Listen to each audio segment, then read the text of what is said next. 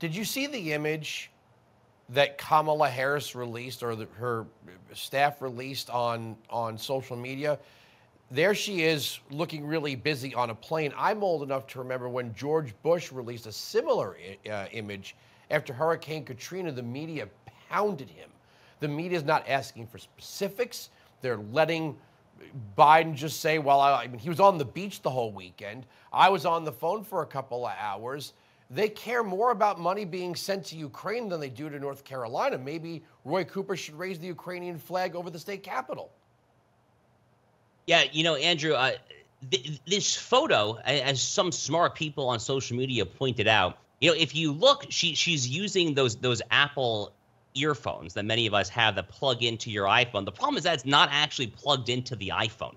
And if you look at the piece of paper in front of her, it's also a blank piece of paper. I don't see any writing on that paper. So, I mean, this is very clearly a staged photo op. But, if you're going to stage a photo op, at least try to do it right. I mean, at least make it so we can't call your bluff that easily. I mean, they're not even trying at this point. But you made the astute analogy. I mean, that's exactly what came to my mind, is that this is the Biden-Harris administration's version of Hurricane Katrina. I mean, I'm old enough to remember when Kanye West infamously said George W. Bush doesn't care about black people because of Hurricane Katrina, which obviously was a lie then and is a lie now. I have any number of objections to George W. Bush's policies. The man is not a racist.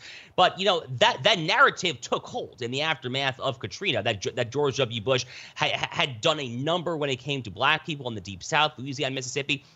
Right now you have an intersectional DEI woke far left administration. On FEMA, if you go to the FEMA website right now and you actually go to the relevant part of the website that talks about what they're trying to do, what are their goals there, what's the number one goal on FEMA? I'm not making this up. I actually went and looked. The number one goal is talking about how they're trying to diversify their workplace and make things equitable. So we played the clip of Kamala Harris saying, we've got to look at these weather disasters through the eyes of equity. So I don't know who you save on the roof first. Exactly right. But Andrew, who gets left in a cloud of dust, who gets left behind when you have a FEMA focused on equity? The poor white people in Appalachia. That is exactly who gets left behind. The people of Eastern Tennessee, Western North Carolina, that is Appalachia ground zero. And those people are dying right now. I mean, it is a disaster. I lived in North Carolina for 4 years. I know the state very well. It's actually very close to my heart there.